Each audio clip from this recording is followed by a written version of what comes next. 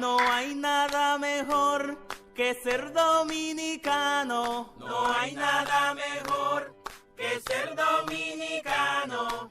Si estás orgulloso, levanta la mano. Dejado vulnerables ante los deseos del poder.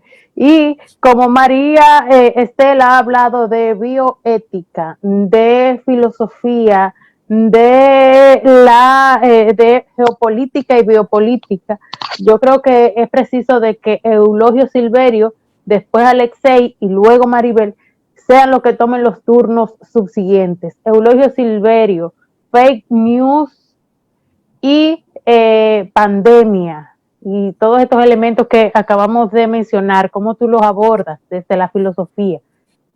Bien, bien. ¿Qué diríamos de este asunto de la pandemia? O más bien vamos a comenzar un poquito más atrás.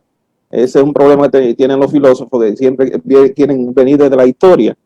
Pero lo que se llama noticia falsa o fake news, como le dicen algunos en inglés, realmente está conectado con lo que se llama la posverdad, o lo que se ha llamado ahora la posverdad.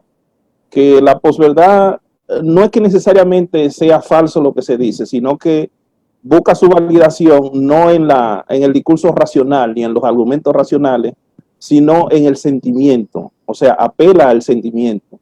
Y, por ejemplo, yo escribí un artículo hace un tiempo sobre el mito de los valores morales, en el sentido, tratando de mostrar que la moral, por ejemplo, que es algo que todo el mundo maneja y da como un hecho, que tiene sus fundamentos sociales o tiene fundamentos racionales, diferentes modelos lo han planteado que tienen un fundamento. Sin embargo, si uno analiza la moral, el fundamento de la moral en cada cultura, en cada espacio donde se da, uno se da cuenta de que la validación de lo que se da como bueno y como válido en esas culturas no se da ni por lo racional, ni por lo objetivo, ni por lo histórico, ni por lo social, sino por un valor de posverdad. O sea, la gente aprende lo que es bueno en la experiencia psicológica del día a día y finalmente termina siendo bueno o malo, y no importa que en otra cultura eso se vea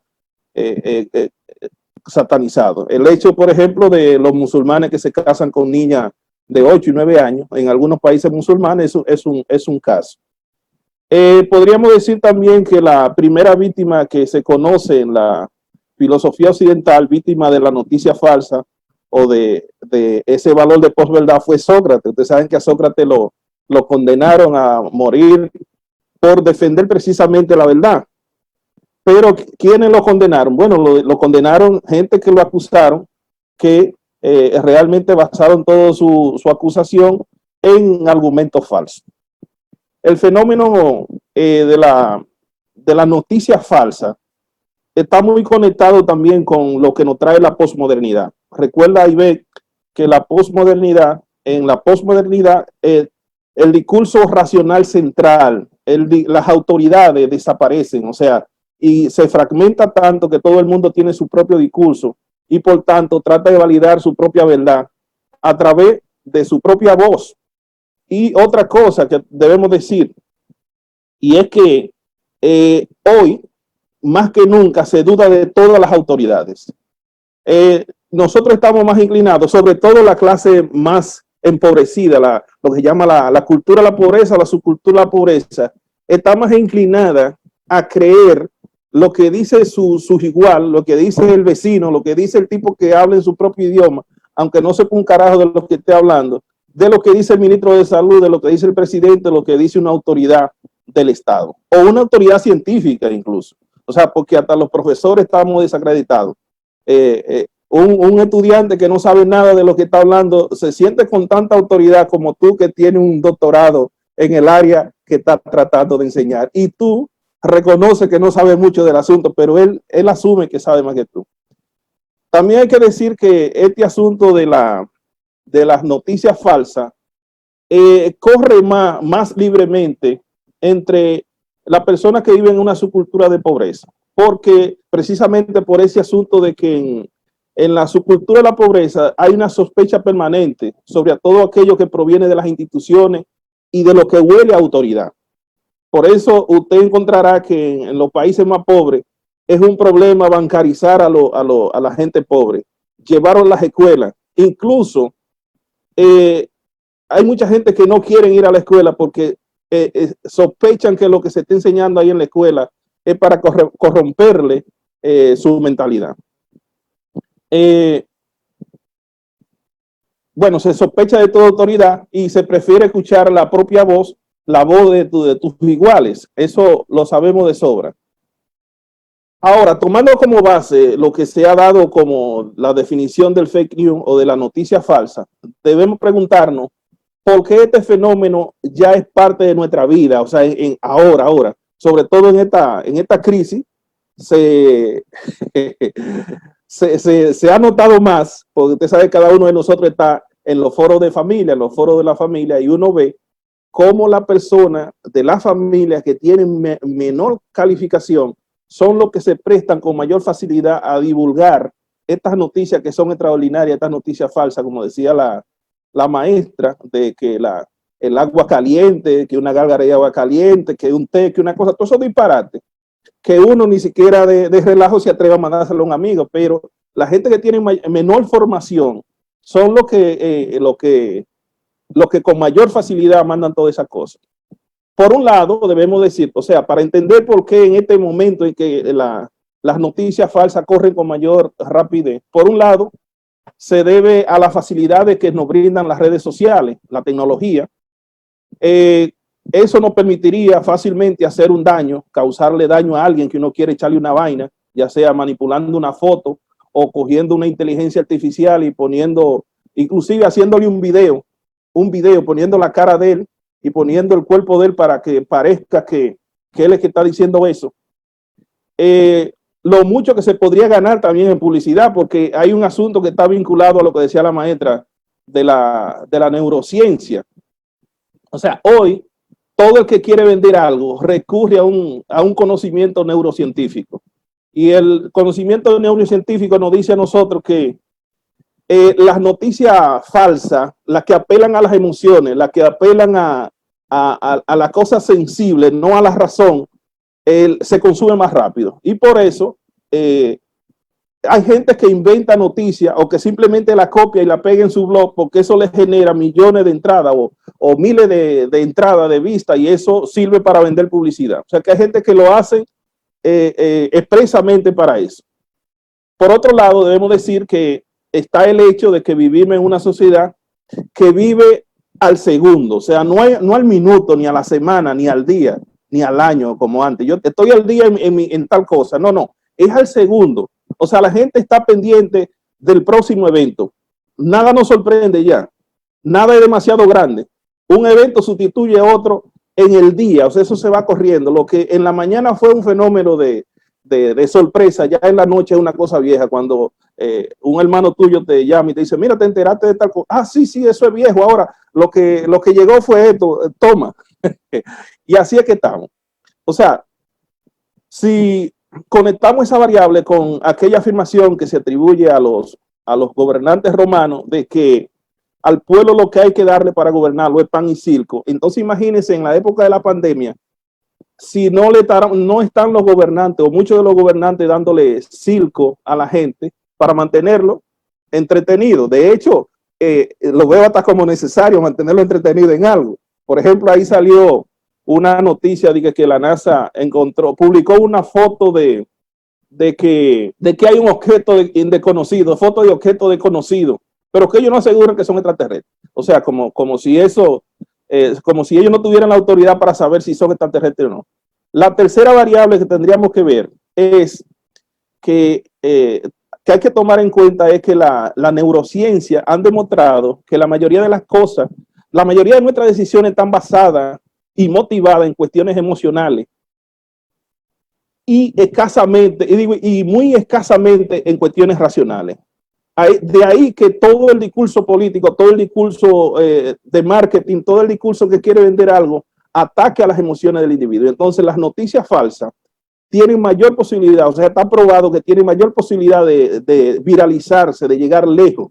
Y por eso hay gente que sin escrúpulos y sin ningún... La cuestión la producen y otros sencillamente la reproducen. Con la mentira se activa la parte emocional del cerebro. O sea, los políticos lo saben muy bien, que ese discurso de hablarle a la razón es un discurso para académicos, pero para ganar votos hay que hablarle a las emociones, hay que llegarle a las emociones. Por eso hay políticos que no han dicho una palabra nunca y llegan a ser presidentes, porque lo que han dicho son algunos disparates que le caen graciosos a la gente y llegan a ser presidente hasta de los Estados Unidos, precisamente.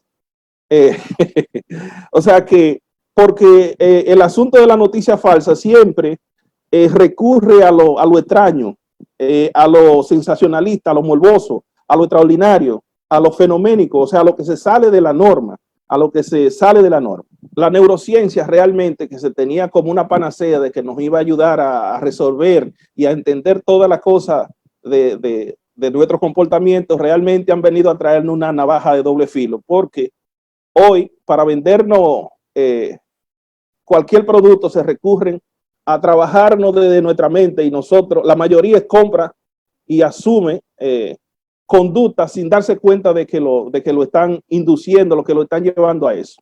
Por ejemplo, en las redes sociales, usted no se da cuenta, la mayoría no se dan cuenta de que inclusive te están eligiendo la novia, te están prediciendo la novia y las personas que va a ser tu pareja, porque simplemente te van haciendo un conteo de a quién tú le das mucho like, a quién siempre tú visitas el perfil, y van sacando con un algoritmo hasta que finalmente terminan prediciendo.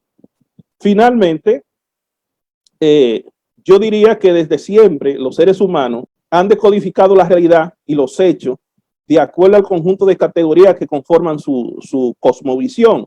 O sea que cuando hay una noticia falsa, eso va a depender mucho de la interpretación que se le da, va a depender mucho del individuo que decodifica.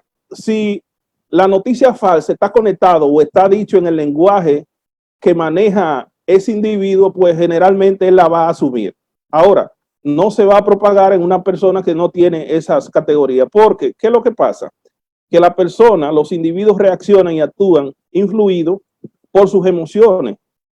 Es lo que se llama un razonamiento motivado. Las personas llegan a las conclusiones que concuerdan con la ideología que les sirve de base. Se incurre aquí en lo que se llama el sesgo de la comprobación. Por ejemplo, si usted es de lo que piensa, usted es una persona de lo que participa de la idea de que todos los hombres son infieles, al observar un hombre que es infiel, entonces usted se apresura a señalar el hecho como una prueba irrefutable de que todos los hombres son infieles. Sin embargo, usted ha visto pasar por frente a sus ojos el ejemplo contrario de hombres que son fieles. Sin embargo, usted, el hecho que resalta, el que quiere resaltar es de ese hombre que es infiel porque concuerda con sus creencias, con su ideología. Obviamente, la que queremos creer, la resaltamos. Y aquellas que no queremos creer, sencillamente la obviamos, le damos de lado. En el caso de los políticos, si descubrimos que nuestro candidato ha dicho una mentira, ¿qué nosotros hacemos? Minimizamos ese hecho y seguimos al político porque realmente no es por la racionalidad de su discurso, sino por las emociones que nos provoca el susodicho político al que seguimos. Entonces, en ese sentido, las noticias falsas o lo que se llama el fake news, o en España le dicen de otro modo, ¿verdad que sí? Bulo, algo así, que estuve viendo una problemática hasta con unos buitres, que lo están acusando a los buitres de que, un artículo se publicó en El País, de que se come a los animales vivos, y realmente los científicos explican que no, pero la gente prefiere creer lo que quiere. Entonces, Ibe, no sé, lo dejo por ahí. No sé si dije algo que tuviera alguna importancia para el tema. Gracias, Eulogio Silverio. La verdad es que todos están vendiéndonos algo y las neurociencias, en lugar de ayudarnos a comprender la conducta humana, han ayudado a que seamos más manipulables. Caramba, qué triste realidad.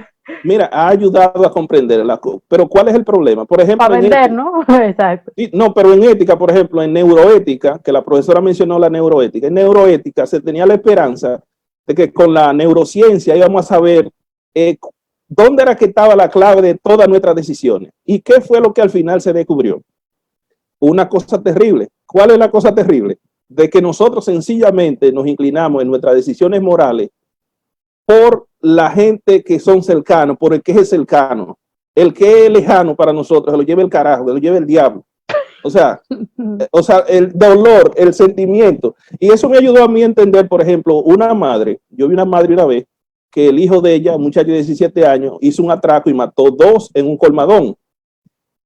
Al hijo de ella se lo agarraron y la policía lo mató. Y la madre del muchachito de 17 años que hizo el atraco y mató 2, loca, llorando ese niño. Y digo yo, pero coño, llora los otros 2 que eran muchachos también y que él lo mató. Sin embargo, lo que la neurociencia te diría, mira, el problema es que esos 2 para ella no existen, son lejanos. El que es cercano es el que ella crió, el que llama Mantón, que es un desgraciado. No hay nada mejor que ser dominicano. No hay nada mejor que ser dominicano. Si estás orgulloso, levanta la mano.